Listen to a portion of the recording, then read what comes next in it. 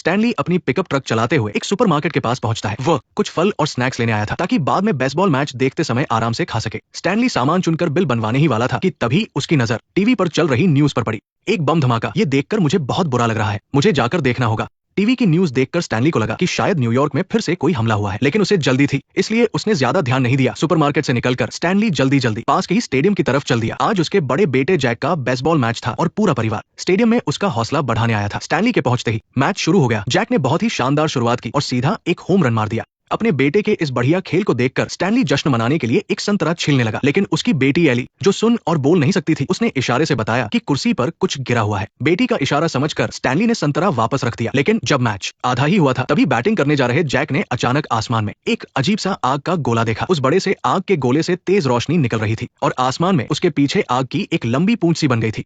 इस भयानक नजारे को देखकर वहां मौजूद सब लोग डर गए। किसी को समझ नहीं आ रहा था कि क्या हो रहा है, लेकिन सबने तुरंत वहां से निकलने का फैसला किया। पार्किंग एरिया में एली अपनी माँ सारा से मिली। सारा बच्चों को गाड़ी से घर ले जाना चाहती थी, लेकिन एली अपने पापा के साथ जाना चाहती थी। सारा मान गई और उन्होंने तय किया कि वे सब घर पर ही मिलेंगे। सड़क किनारे पहुंचकर स्टैनली ने अपनी गाड़ी स्टार्ट करनी चाहिए, लेकिन जैसे ही वो गाड़ी में बैठा उसने देखा कि एक पुलिस की गाड़ी वहां खड़ी है। उसे थोड़ा अजीब लगा और वो पुलिस वाले के पास पूछने गया कि आखिर माजरा क्या है। तभी उसने देखा कि पुलिस की गाड़ी अचानक से पलट गई। ये देखकर स्टैनली बुरी तरह घबरा गया। उसे कुछ गड़बड़ लगी और वो तुरंत भागकर अपनी गाड़ी में आ गया। वो वहां से निकलना चाहता था, लेकिन उसकी पुरानी ट्रक स्टार्ट ही नहीं हो रही थी। उधर सारा अपने दोनों बेटों को लेकर चौराहे पर पहुंच चुकी थी। वो बच्चों को समझा रही थी कि डरने की कोई बात नहीं है, लेकिन उसकी बात पूरी भी नहीं हुई थी कि सामने से एक बहुत जोर का धमाका हुआ। तेजी से भागते हुए एक खूंखार जानवर को देखकर सारा के होश उड़ गए। उसने तुरंत एक्सीलेटर दबाया ताकि तेजी से वहां से भाग सके। तभी सड़क के किनारे जैक को अपने पापा की ट्रक दिखी। वो अपनी माँ को बताना चाहता था, लेकिन सारा इस कदर डरी हुई थी कि उसे अपने बेटे की आवाज सुनाई ही नहीं दी। जैसे ही वे चौराहे पर पहुंचे, अचानक एक बेकाबू बस उनके सामने आ गई। सारा ने बस की खिड़की पर उसी खूंखार जानवर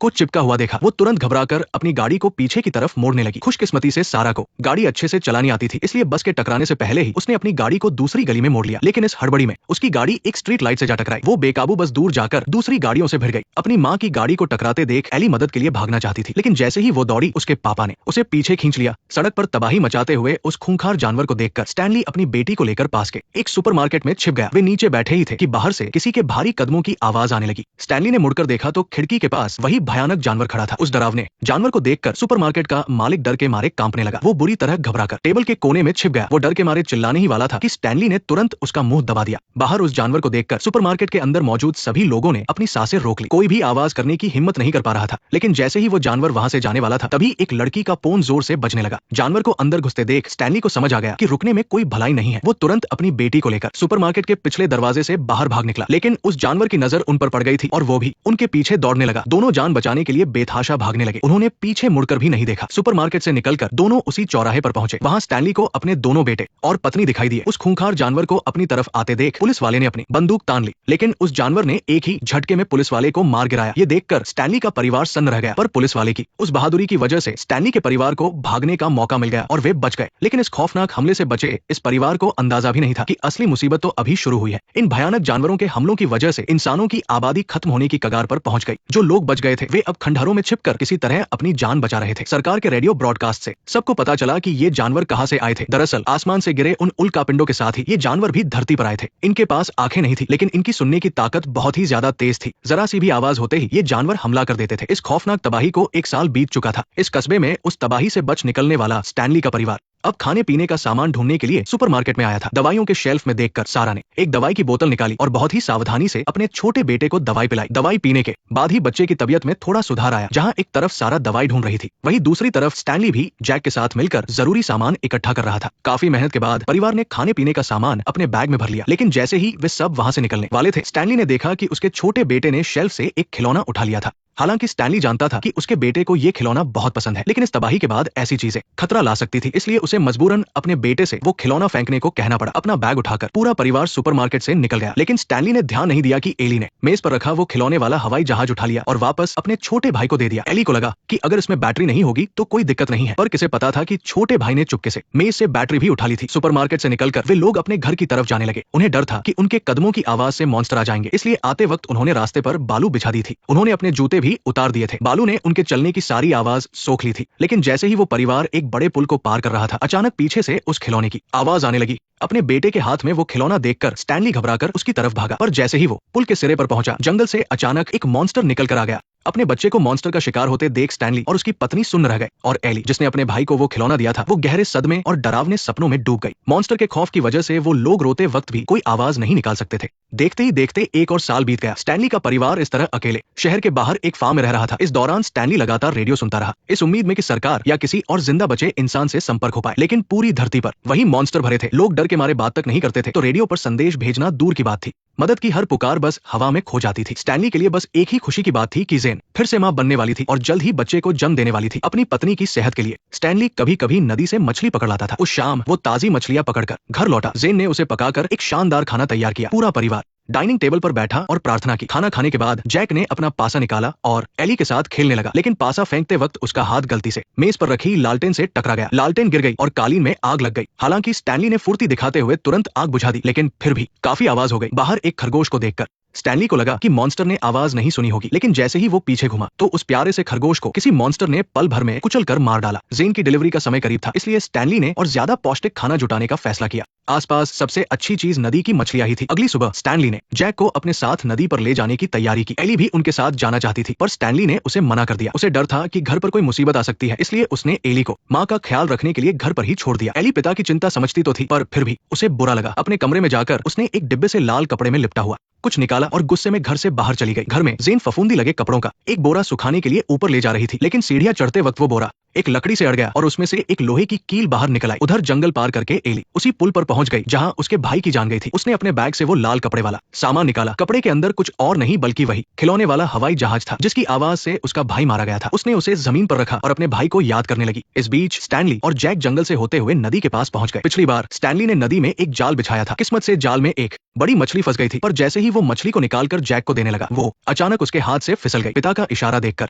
घबराया हुआ जैक शांत हुआ। अपने बेटे को इस तरह खौफ में दबा हुआ देखकर स्टैनली ने उसे ये महसूस कराने का फैसला किया कि खुलकर बोलना कैसा होता है। नदी से हटकर वे एक झरने के पास आए। स्टैनली जोर से चिल्लाया और अपने बेटे से कहा कि डरो मत। अपने पिता के चिल्लाने पर किसी मॉन्स्टर को न आते देख जैक ने भी उसकी तरह जोर जोर से चिल्लाना शुरू कर दिया। 2 साल के इस खौफ ने जैक को बात करना ही भुला दिया था। वो चिल्लाता रहा जैसे अपने अंदर की सारी घुटन बाहर निकाल देना चाहता हो। जाल चेक करने के बाद स्टैनली अपने बेटे के साथ फिर से जंगल में घुस गया। वो जंगल में लगाए गए शिकार के जाल को देखने जा रहा था। अगर एक हिरण फंस गया तो उसके परिवार को खाने के लिए अच्छा मांस मिल जाएगा। जल्दी पहुंचने के लिए स्टैनली ने एक छोटा रास्ता लिया। जंगल पार करते ही उनके सामने एक टूटी फूटी झोपड़ी आ गई। झोपड़ी पर चारों तरफ बेलें फैली थी, मानो सालों से वहां कोई नहीं रहा हो। जैक को लगा कि वो जगह खाली है। वो भागकर अपने पिता के पास गया, लेकिन 2 कदम चलते ही वो अपने पिता के बैग से टकरा गया। जैक ने मुड़कर देखा तो किनारे पर सफेद बालों वाला एक बूढ़ा आदमी खड़ा था और उस आदमी के बगल में एक औरत की लाश पड़ी थी। असल में उन्हें जंगल में मॉन्स्टर मिल गया था और उस बूढ़े की पत्नी मारी गई थी। उस रोते हुए बूढ़े को देखकर स्टैनली घबरा गया। वो उसे चेतावनी देना चाहता था कि वो आवाज न करे, लेकिन पत्नी की मौत के गम में डूबा वो बूढ़ा खुद पर काबू नहीं रख सका। और फिर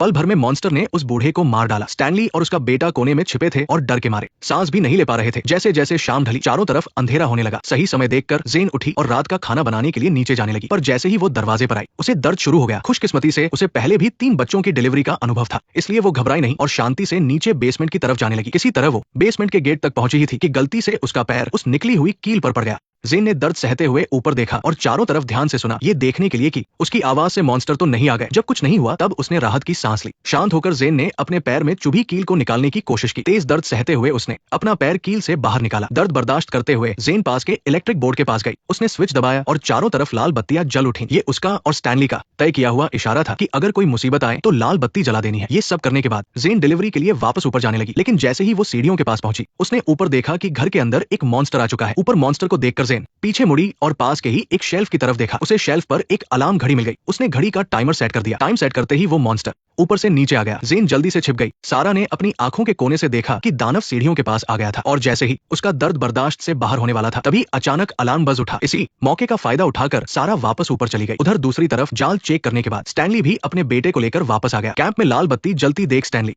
समझ गया कि कुछ गड़बड़ है। उसने टॉर्च जैक को दी और अपने बेटे से कहा कि वो दूर जाकर पटाखे जलाए। काम मिलते ही जैक बिना रुके तेजी से खलिहान की तरफ दौड़ पड़ा। जैक के जाने के बाद स्टैनली तुरंत घर की तरफ भागा और घर के अंदर सारा बाथटब में लेट गई। उसे लगा कि उसका बच्चा बस होने ही वाला है, लेकिन दानव अभी भी घर में ही था। उसे भयानक दर्द सहना पड़ रहा था। जैसे ही सारा का दर्द हद से बढ़ने लगा जैक ने पटाखे जला दिए। पटाखों की आवाज सुनते ही दानव तुरंत बाहर की तरफ चला गया। बाहर शोर सुनकर सारा दर्द से जोर से चीख पड़ी। ठीक उसी वक्त स्टैनली भी घर के अंदर पहुंच गया। अपनी पत्नी को सुरक्षित देखकर उसकी जान में जान आई। बच्चे को जन्म देने के बाद सारा ने बच्चे को ऑक्सीजन मास्क पहनाया और फिर उसे एक साउंड प्रूफ लकड़ी के बक्से में रख दिया। बच्चे को सुरक्षित करने के बाद दोनों ने बाहर देखा। प्लान के मुताबिक जैक को पटाखे जलाने के बाद वापस आना था, लेकिन दूर मकई के खेत में जैक कहीं नजर नहीं आ रहा था। इधर जैक भी घर की तरफ ही आ रहा था, लेकिन मकई के खेत से गुजरते वक्त पटाखों की आवाज बंद हो गई। उसकी आहट से दानव वहां आ गया। घबराहट में जैक किसी चीज से टकराया और बेहोश हो गया। जैक के बेहोश होने के कुछ देर बाद पटाखे देखकर एली भी घर की तरफ आ गई। मकई के खेत में उसने जैक की टॉर्च देखी। एली बस उसके पास जाने ही वाली थी कि उसे पीछे कुछ अजीब महसूस हुआ। एली को अभी समझ नहीं आ रहा था कि क्या हुआ है, तभी अचानक बेहोश पड़ा। जैक भी होश में आ गया। अपनी बहन एली को देखकर जैक ने उसे कसकर गले लगा लिया। इधर दोनों बच्चों को वापस न आते देख स्टैनली परेशान हो गया। उसने अपनी थकी हुई पत्नी को सोफे पर लेटाया और खुद बच्चों को ढूंढने निकल पड़ा। लेकिन जाते वक्त स्टैनली ने ध्यान नहीं दिया कि ऊपर पानी का पाइप फट गया था और पानी तहखाने में रिस रहा था। ऊपर आकर स्टैनली ने कैमरे में चेक किया कि दोनों बच्चे कहाँ छिपे हैं, लेकिन सारी फुटेज देखने के बाद भी उसे बच्चे कहीं नहीं दिखे। परेशान होकर वो घर से बाहर निकल गया और उधर तहखाने में थकी हुई सारा की नींद भी खुल गई। आंखें खोलते ही उसने देखा कि पूरे तहखाने में पानी भर गया था और जिसमें बच्चा था वो लकड़ी का बक्सा तैरकर दूसरी तरफ चला गया था। सारा ने तुरंत बक्से को पकड़ लिया, लेकिन जैसे ही वो बच्चे को लेकर ऊपर जाने लगी उसे लगा कि पानी में कुछ है। अपने सामने दानव को देखकर सारा ने अपनी सांस रोक ली और धीरे धीरे पीछे हटने लगी। शुक्र है कि बहते पानी की आवाज ने उसकी आहट को दबा दिया। पानी के शोर का फायदा उठाकर सारा छिप गई। आसपास कोई शिकार न पाकर दानव घर से बाहर चला गया और ठीक उसी वक्त मकई के खेत में फंसे जैक और एली खलिहान की छत पर चढ़ गए। उन्होंने आग जलाई ताकि अपने पिता को बता सके कि वे कहाँ है, लेकिन ईंधन कम होने की वजह से आग जल्दी ही बुझ गई। नीचे मकई के खेत को देखकर जैक घबराने लगा। एली वापस जाकर पिता को खोजना चाहती थी, लेकिन जैक का मानना था कि अभी उनका कहीं भी जाना खतरनाक हो सकता है। एली को रोकते वक्त गलती से जैक का पैर फिसल गया और वो नीचे गिर गया। बेचारा जैक देखते ही देखते खलिहान में रखे मकई के ढेर में धंसने लगा। ये देखकर एली ने तुरंत एक दरवाजा तोड़ा और उसे नीचे फेंक दिया ताकि जैक उसे पकड़ सके, लेकिन जैसे ही उसने पलटकर देखा जैक गायब हो चुका था। मजबूरन एली को भी नीचे कूदना पड़ा। गनीमत रही कि उसने सही वक्त पर आकर जैक को पकड़ लिया। दोनों भाई बहन बड़ी मुश्किल से ऊपर चढ़े ही थे कि दानव भी उनके पीछे पीछे वहां पहुंच गया। आहट सुनकर दानव ने अपना सिर अंदर डाला। जब उन्हें लगा कि अब वो नहीं बचेंगे, तभी एली की हियरिंग मशीन से अचानक बहुत तेज और अजीब आवाज आने लगी, जिससे एक चुभने वाली लहर पैदा हुई। इस तेज आवाज से घबराकर दानव वहां से भाग गया। दानव को जाते देख दोनों भाई बहन भी खलिहान से निकल गए। मकई के खेत में उन्हें स्टैनली मिल गया, लेकिन इससे पहले कि वे कुछ बोल पाते, स्टैनली को अपने पास दानव के होने का एहसास हुआ। उसने बच्चों को कार में छिपने के लिए कहा। बच्चों के जाने के बाद स्टैनली ने सतर्क होकर अपनी कुल्हाड़ी उठा ली, पर जैसे ही वो मुड़ा दानव छत पर खड़ा था। अपने पिता पर हमला होते देख जैक जोर से चिल्लाया और दानव का ध्यान अपनी तरफ खींच लिया। जैसे ही दानव करीब आया, एली की मशीन से फिर से वही चुभने वाली आवाज निकलने लगी, लेकिन इस बार दानव भागा नहीं बल्कि सीधा कार पर कूद गया। दानव को बच्चों पर हमला करते देख स्टैनली अपनी चोट भूल गया। उसने इशारों में अपने बच्चों को अलविदा कहा और फिर जोर जोर से चिल्लाने लगा। कार की छत पर खड़ा दानव आवाज सुनकर स्टैनली की तरफ झपटा। चीख सुनकर सारा भी भागकर बाहर आई, लेकिन तब तक स्टैनली जा चुका था। उसने जल्दी से दोनों बच्चों को घर के अंदर बुला लिया, लेकिन स्टैनली को मारने के बाद भी दानव वहां से गया नहीं, बल्कि वो भी घर के अंदर आ गया। सारा ने सांस रोके हुए सतर्कता से चारों तरफ देखा और जैसे ही दानव ने दरवाजा तोड़ा, एली की मशीन से फिर से वो तेज और चुभने वाली आवाज निकलने लगी। तभी एक गोली चली और दानव वही ढेर हो गया, लेकिन मुसीबत अभी टली नहीं थी। गोली की आवाज सुनकर आसपास के और भी दानव आ गए। तो क्या सारा का परिवार इस खतरे से बच पाएगा? नेक्स्ट पार्ट देखने के लिए वीडियो को लाइक करो।